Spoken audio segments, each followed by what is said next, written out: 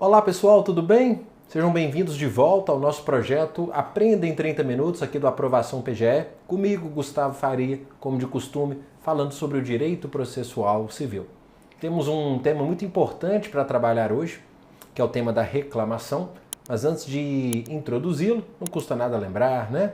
Você, então, pode e deve aí curtir, compartilhar o canal da Aprovação PGE, deixar seu comentário, também me adicionar no Instagram para a gente aproximar aqui esse nosso contato e continuar dando andamento a esse projeto tão bacana aqui do nosso curso. O assunto de hoje, como você já viu no título aí do nosso vídeo, é a reclamação. Uma ação constitucional que hoje não é só constitucional, tão importante e tem sido tão explorada em concursos recentes, e eu queria então fazer uma análise pormenorizada com vocês. Costuma-se falar em reclamação constitucional, por quê? Porque, de fato, essa nossa ação ela tem uma origem constitucional. De longa data, a Constituição já prevê reclamação para o Supremo, para o STJ e para o TST, nesses artigos que eu aqui menciono. Mas o que a gente vai perceber é que o CPC deu uma amplitude muito maior para essa ação, né? Como você vai ver comigo, não só nas hipóteses que a Constituição de longa data já prevê, mas também ampliando o rol de cabimento dessa ação e especialmente prevendo também a possibilidade de reclamação não só para esses tribunais, mas de forma geral para outros tribunais como TJs, TRFs, Tribunais da Justiça do Trabalho, enfim. Vamos fazer então uma análise mais ampla do que aquilo que se convenciona chamar de reclamação constitucional. Eu tenho dito desde o início que a reclamação é uma ação. Isso porque, durante muito tempo, houve uma certa divergência se a reclamação era direito de petição, se era sucedâneo recursal ou se era efetivamente uma ação. E de algum tempo para cá, o próprio Supremo Tribunal Federal vem destacando que a reclamação constitucional tem natureza jurídica de ação, vocacionada para a tutela específica da competência e autoridade das decisões, vamos falar sobre as hipóteses de cabimento, não se consubstanciando como um sucedâneo recursal. Então, natureza jurídica de ação. Vamos falar sobre as hipóteses de cabimento da nossa reclamação. Vou então fazer aqui uma enumeração de quando a reclamação é cabível. Começando pelas duas primeiras hipóteses, que são aquelas a que se refere à Constituição naqueles dispositivos que já mencionei. Nada de muito novo aqui no CPC, quando ele, logo no artigo 988, traz uma primeira hipótese de cabimento da reclamação para a preservação da competência dos tribunais. Então, quando houver usurpação de competência de um determinado tribunal, a parte interessada ou o Ministério Público, como veremos, poderá se dirigir a esse tribunal pela via da reclamação. Vejam aqui dois bons exemplos de usurpação de competência e que desafia a reclamação. Um primeiro, enunciado 207 do Fórum dos Processualistas. Cabe reclamação por usurpação da competência do Tribunal de Justiça ou Tribunal Regional Federal contra a decisão de juiz de primeiro grau que inadmite uma apelação. Ora, o juízo de admissibilidade da apelação não cabe ao juízo de primeiro grau, mas ao tribunal. Sendo assim, se o juízo de primeiro grau o fizer, a parte pode reclamar perante o tribunal para preservar a sua competência. No mesmo contexto, só que agora saindo da doutrina, trazendo um julgado aqui da jurisprudência do STJ, informativo 646, ele destacando que, em recurso ordinário em mandado de segurança, o exercício do juízo de admissibilidade por TRFs e TJs caracteriza usurpação de competência do STJ, sendo cabível a reclamação. Isso por quê? Isso porque, impetrado um mandado de segurança perante um TRF ou um TJ, mandado de segurança de competência originária, e tendo uma decisão denegatória nesse MS, cabe RO para o STJ. Só que o juízo de admissibilidade desse RO não é da instância inferior, do Tribunal Regional Federal ou do TJ. O juízo de admissibilidade é do órgão adquém, que é o STJ. Então, se o órgão inferior faz a admissibilidade, também caberá reclamação por usurpação de competência para preservar, nesse exemplo, a competência do STJ. Segunda hipótese de cabimento, para garantir a autoridade das decisões dos tribunais.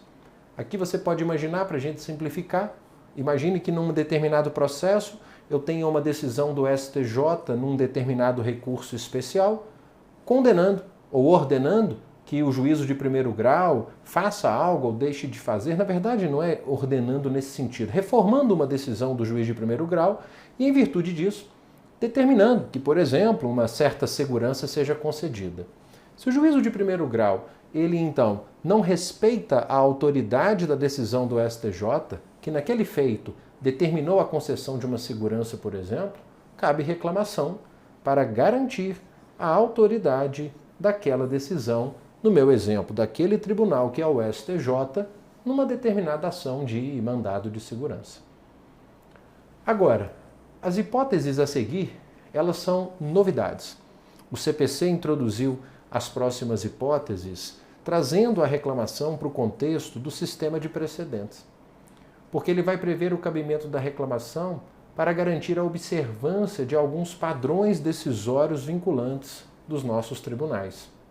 Começando aqui pela terceira hipótese, a reclamação para garantir a observância de súmula vinculante e de decisão do Supremo em controle concentrado de constitucionalidade. Seja para caso de aplicação indevida da tese jurídica, seja para caso de sua não aplicação, será cabível perante o STF a reclamação. Assim como também cabível a reclamação para garantir a observância de acórdão proferido em incidente de resolução de demandas repetitivas e incidentes de assunção de competência. Aqui, mais uma vez, proferido um acórdão em IRDR ou em IAC, se um órgão inferior, por exemplo, aplica indevidamente a tese jurídica ou deixa de aplicar essa tese, é cabível reclamação perante aquele órgão prolator do acórdão.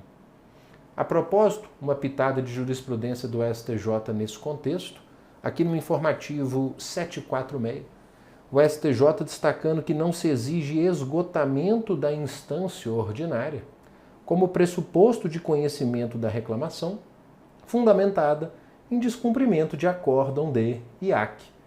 Então, se um juiz de primeiro grau descumpriu um acórdão de IAC, um IAC do STJ, por exemplo, não é necessário interpor todos os recursos para exaurir a instância ordinária antes de se reportar àquele tribunal, ao STJ, pela via da reclamação. Então, julgado importante, informativo 746. Quinta e última hipótese de cabimento da reclamação.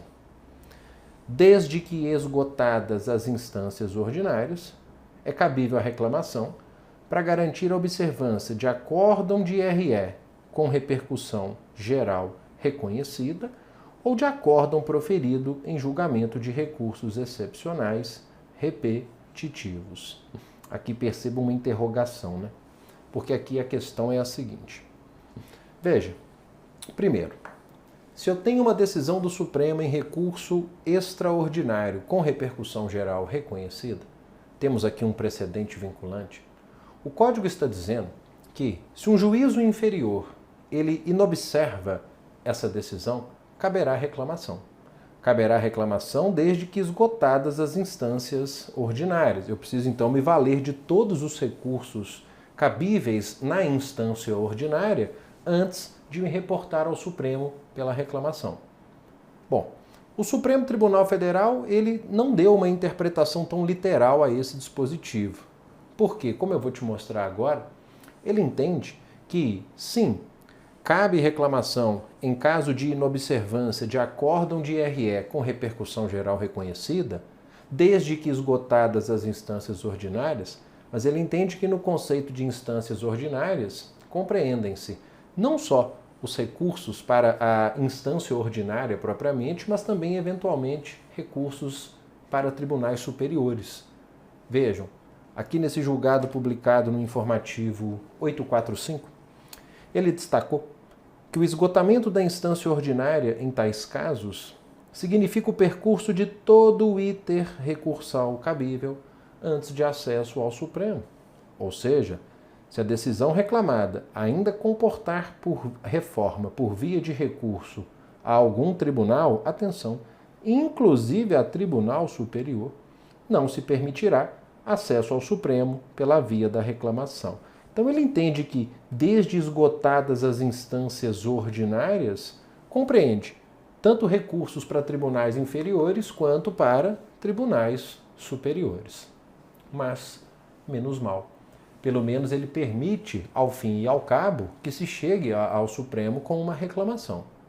Pior, na minha visão, andou o STJ, porque aí ele já pôs um entendimento totalmente contrário ao que se encontra hoje em lei, ao estabelecer nesse julgado aqui da Corte Especial, publicado no Informativo 669, que não, simplesmente não cabe reclamação para controle de aplicação de entendimento firmado pelo STJ em recurso repetitivo. Então ele simplesmente fechou as portas e disse, ainda que esgotada a instância ordinária conforme determina o Código, não há que se falar em cabimento de reclamação para o STJ para garantir a observância de precedente firmado ou de precedente decorrente de julgamento de recursos repetitivos. Tá claro? Muito bem. Dito isso, vamos fazer um paralelo, agora trazendo algumas hipóteses de descabimento da reclamação. Hipóteses que a gente extrai tanto do 988 quanto da jurisprudência dos tribunais superiores.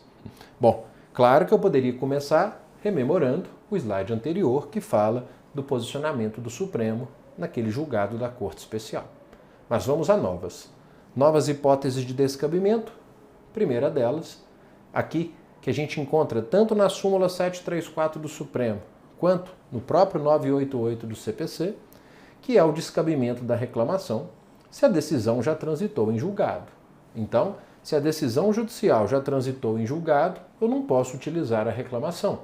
A reclamação ela não faz as vezes de uma ação rescisória, então ela precisa ser apresentada antes do trânsito em julgado da chamada decisão reclamada.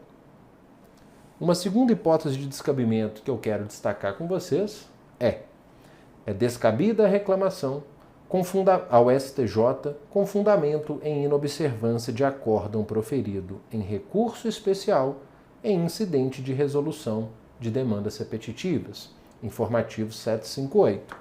Então eu tenho um incidente de resolução de demandas repetitivas, por exemplo, julgado pelo TJ. Contra o acórdão do TJ, recurso especial para o STJ. E aí então eu tenho o julgamento do RESP pelo STJ. Se a tese fixada pelo STJ for descumprida, cabe reclamação? Não. Porque assim como ele entende que não cabe reclamação para discutir a observância de tese fixada em julgamento de recurso repetitivo, pelo menos aqui ele está sendo coerente, dizendo que não há também cabimento de reclamação se o que está sendo inobservado é uma tese firmada em RESP, não um RESP repetitivo, mas um RESP em IRDR. Então, pelo menos coerência ele está apresentando, fechando a porta e dizendo, olha, controle de aplicação dos nossos precedentes é feito lá na instância ordinária. A reclamação não vai servir para esse fim. Terceira hipótese. A reclamação não é o instrumento adequado para alcançar a manifestação do STF em face de suposta contrariedade à súmula não vinculante. Vimos que o CPC ele assegura o cabimento da reclamação se não for observada a decisão do Supremo em controle concentrado de constitucionalidade, em decisão de recurso extraordinário com repercussão geral reconhecida e súmulas vinculantes. De fato, não há previsão em lei de cabimento de reclamação para garantir a observância de súmula não vinculante, as súmulas tradicionais do Supremo. Me parece razoável de acordo com o texto legal. Mais uma hipótese. Quarta, segundo o Supremo, não cabe reclamação se não houver identidade entre a decisão paradigma e o ato reclamado. É a falta dessa chamada aderência estrita. Então, se eu não tenho uma identidade, se os casos são distintos, o caso da minha decisão e aquele paradigma de recurso extraordinário, por exemplo, ou aquele paradigma de controle concentrado de constitucionalidade, eu não posso, então, atacar esse ato por uma reclamação, porque não há aí essa aderência entre aquilo que está sendo decidido no meu caso e aquele acórdão paradigma que eu reputo inobservado no caso concreto. Quinta, também não cabe a reclamação segundo o Supremo, como sucedânea do recurso adequado para se questionar, por exemplo, uma decisão denegatória de mandado de segurança. Reclamação, desde o início, temos dito, não é sucedâneo recursal. Então, ela não pode ser utilizada, por exemplo, para questionar uma decisão de um tribunal que denegue um mandado de segurança. E ainda, por fim, 6. O STF não admite a reclamação proposta com a finalidade de corrigir eventuais equívocos na aplicação pelos tribunais do Instituto da Repercussão Geral, salvo em casos de manifesta teratologia. Então não é porque um tribunal local, ao aplicar uma tese fixada em repercussão geral, cometeu eventual equívoco na aplicação desse precedente que caberá a reclamação. A menos que esse equívoco revele essa monstruosidade, revele isso que ele chama de uma verdadeira teratologia. Tá claro? Muito bem. Outro ponto que quero destacar com vocês diz respeito à relação entre a reclamação e recurso.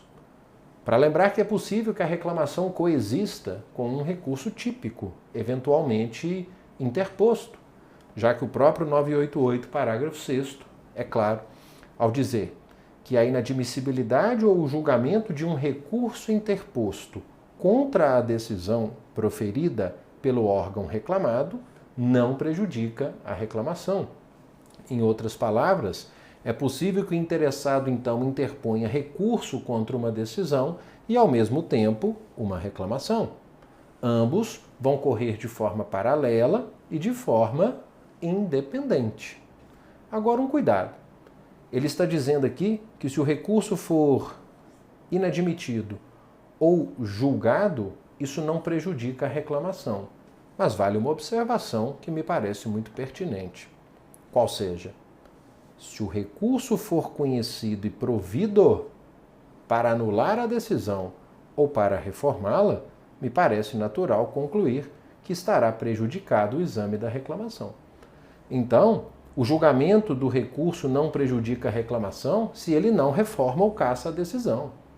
Mas se ele reforma ou cassa a decisão, parece natural que se considere prejudicado o exame da reclamação. Dito isso, legitimidade. De quem é a legitimidade ativa para a reclamação? Primeiro, a lei diz do interessado. Bom, a ideia de interessado aqui é um tanto quanto indeterminada, Cabe ali a doutrina estabelecer a extensão de quem seja o interessado. Mas, em linhas gerais, a depender da hipótese de cabimento da reclamação, pode ser ali o interessado em restabelecer aquela regra de competência que foi descumprida, aquele sujeito do processo em que se alega que a autoridade do tribunal foi desrespeitada, ou aquele que reputa que houve ali desrespeito a um certo precedente, esses podem, em linhas gerais, serem aqui os interessados. Mas também pode propor essa ação o Ministério Público, defendendo a doutrina a propósito, que ele pode propô-la tanto quando atua como órgão agente, quando ele é o autor de uma ação, por exemplo, ou como atua na condição de fiscal da ordem jurídica. Os legitimados ativos. E quem é o legitimado passivo na nossa reclamação? É aquele órgão judiciário que, dependendo da hipótese, descumpriu ali as normas de competência, ou que desacatou a decisão proferida por um órgão superior, ou que negou força obrigatória a um precedente previsto lá no rol do cabimento da nossa ação. Então, seriam os legitimados ativos. Os legitimados, passivos. De quem é a competência para a reclamação? Veja, quando ainda se falava apenas em reclamação constitucional, era só do STF, do STJ e do TST. Hoje, a competência é de qualquer tribunal. Dirigida ao presidente de qualquer tribunal. Dirigida ao presidente, mas não é que ele vai julgá-la, é claro. Porque o julgamento compete ao órgão cuja competência se busca preservar, aquele órgão que teve uma competência usurpada, ou cuja autoridade se pretenda garantir. Aquela turma do STJ, por exemplo, que proferiu uma decisão num processo e que lá no primeiro grau está sendo descumprida. Lembrando ainda que nossa reclamação ela se inclui dentro daquilo que alguns chamam de procedimentos sumários documentais, assim como o mandado de segurança, como o habeas corpus, como o habeas data. Ela é uma ação que depende de prova documental pré-constituída. A jurisprudência do STJ, inclusive, é pacífica ao lembrar que o pedido inicial de uma reclamação deve ser instruído com documentos capazes de comprovar as alegações da parte reclamante. Dirigida ao presidente, depois então encaminhada a esse órgão competente e designado um relator. Quais são os poderes que a lei dá ao relator? Primeiro, parecendo muito com o mandado de segurança, há aqui um poder de requisição de informações daquela autoridade a quem se imputa a prática daquele ato. O prazo é o mesmo do MS, 10 dias para prestar informações. Outro poder do relator é, se necessário, suspender o processo ou aquele ato impugnado. E percebam que aqui a lei não diz a requerimento da parte. É por isso que, a propósito, alguns defendem que estamos aqui diante de uma hipótese de uma tutela de urgência de ofício. Não se exige aqui requerimento da parte. A professora Tereza Alvim, por exemplo, sustenta que o Código aqui cria para a reclamação uma hipótese de decisão liminar com o objetivo de suspender o processo ou o ato impugnado de ofício. O 989, inciso 2, estabelece regra no sentido de que a suspensão do processo poderá ser ordenada pelo juiz independentemente de pedido. Então, alguns sustentam, repito, que aqui se trata de uma situação excepcionalíssima em que a tutela provisória pode ser concedida de ofício. Muito bem. Outro poder do relator diz respeito à citação do beneficiário da decisão, que percebam, terá então aqui 15 dias para apresentar propriamente uma contestação. Então, aquele que se beneficiou da decisão reclamada será citado e poderá contestar em 15 dias o pedido do reclamante. Sem prejuízo de que qualquer terceiro que de alguma forma possa ser atingido pela decisão, também possa impugnar o pedido do reclamante. Após tudo isso, tal qual também ocorre no MS, o Ministério Público será ouvido no prazo de 5 dias para o proferimento da decisão. E quais são as consequências do acolhimento da reclamação? Depende de qual reclamação foi proposta, com base em qual das hipóteses de cabimento. Se a gente está pensando numa reclamação por usurpação de competência, a consequência vai ser a avocação do processo de competência originária ou a ordem de remessa dos autos de um recurso para aquele tribunal. Se há uma reclamação em caso de desacato à autoridade de decisão do tribunal, aí ele vai adotar a providência que entender cabível, que considere apta a viabilizar ali o resguardo da autoridade daquela decisão que está sendo desacatada. Mas se trata de uma reclamação em caso de não aplicação ou aplicação indevida de precedente vinculante, aí é a cassação da decisão com a determinação do retorno dos autos, para que outra seja proferida em consonância com o entendimento daquele precedente. E ainda, essa decisão, a decisão que julga a reclamação, condena em honorários advocatícios, como anda esse entendimento no âmbito dos tribunais?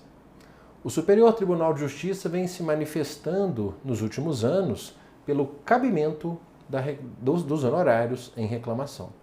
Notadamente por conta dessa citação do beneficiário que angulariza a relação processual. Veja, aqui no informativo 724, ele ratificando uma ideia de que com a vigência do Código 2015, é prevista a angularização da relação processual por meio dessa citação do beneficiário, que pode inclusive contestar, como vimos, e isso leva à consequente condenação ao pagamento de honorários de acordo com a sucumbência. Veja, mais recentemente ainda ele entendeu, aqui já no informativo 724, na verdade no mesmo informativo, que também cabe condenação em honorários no julgamento de uma reclamação que foi indeferida liminarmente, na qual a parte compareceu espontaneamente para apresentar defesa. Uma reclamação foi indeferida liminarmente e, a propósito, a parte interpôs recurso de agravo contra essa decisão. Só que a parte beneficiária da decisão, antes mesmo de ser citada, ela comparece contraminutando o agravo e apresentando contestação, como prevê a lei.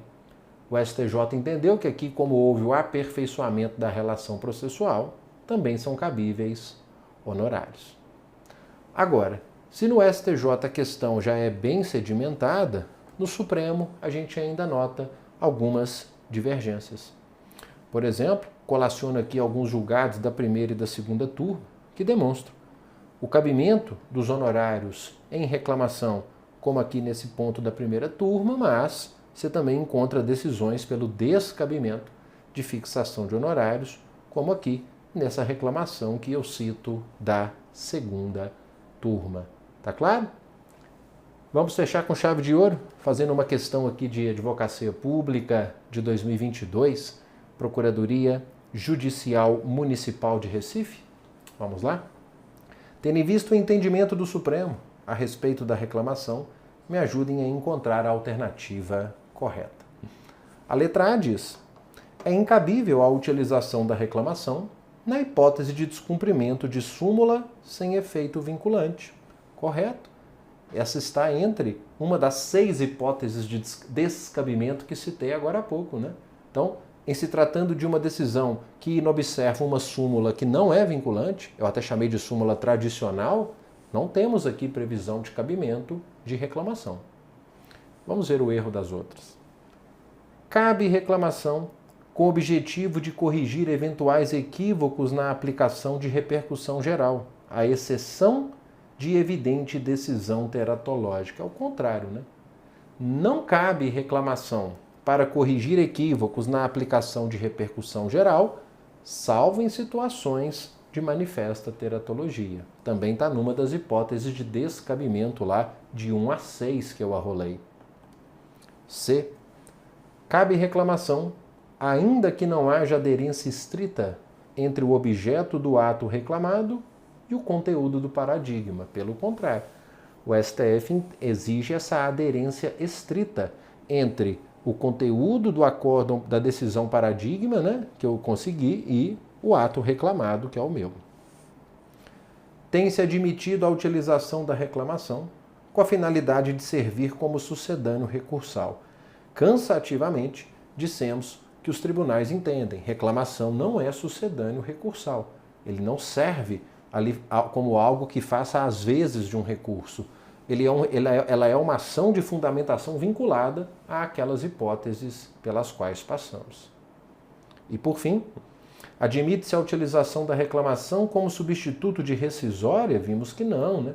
Tanto que o CPC e a súmula 734 do Supremo dizem: não cabe a reclamação se a decisão reclamada já tiver transitado em julgado. Então, com isso, a gente fecha o nosso Aprenda em 30 Minutos de hoje. Espero fortemente que tenha sido útil. Gostaria muito de ver o seu comentário aqui abaixo sobre o que achou da aula, sobre o que entendeu e não entendeu sobre a reclamação, e espero que isso tenha clareado aí os rumos dos seus estudos sobre essa importante ação, uma ação antes meramente constitucional, hoje prevista no CPC e que tem sido objeto de intensa cobrança aí em etapas as mais variadas dos concursos de carreiras jurídicas e, claro, da advocacia pública. Te espero no nosso próximo encontro. Um abraço a todos e todas. Tchau.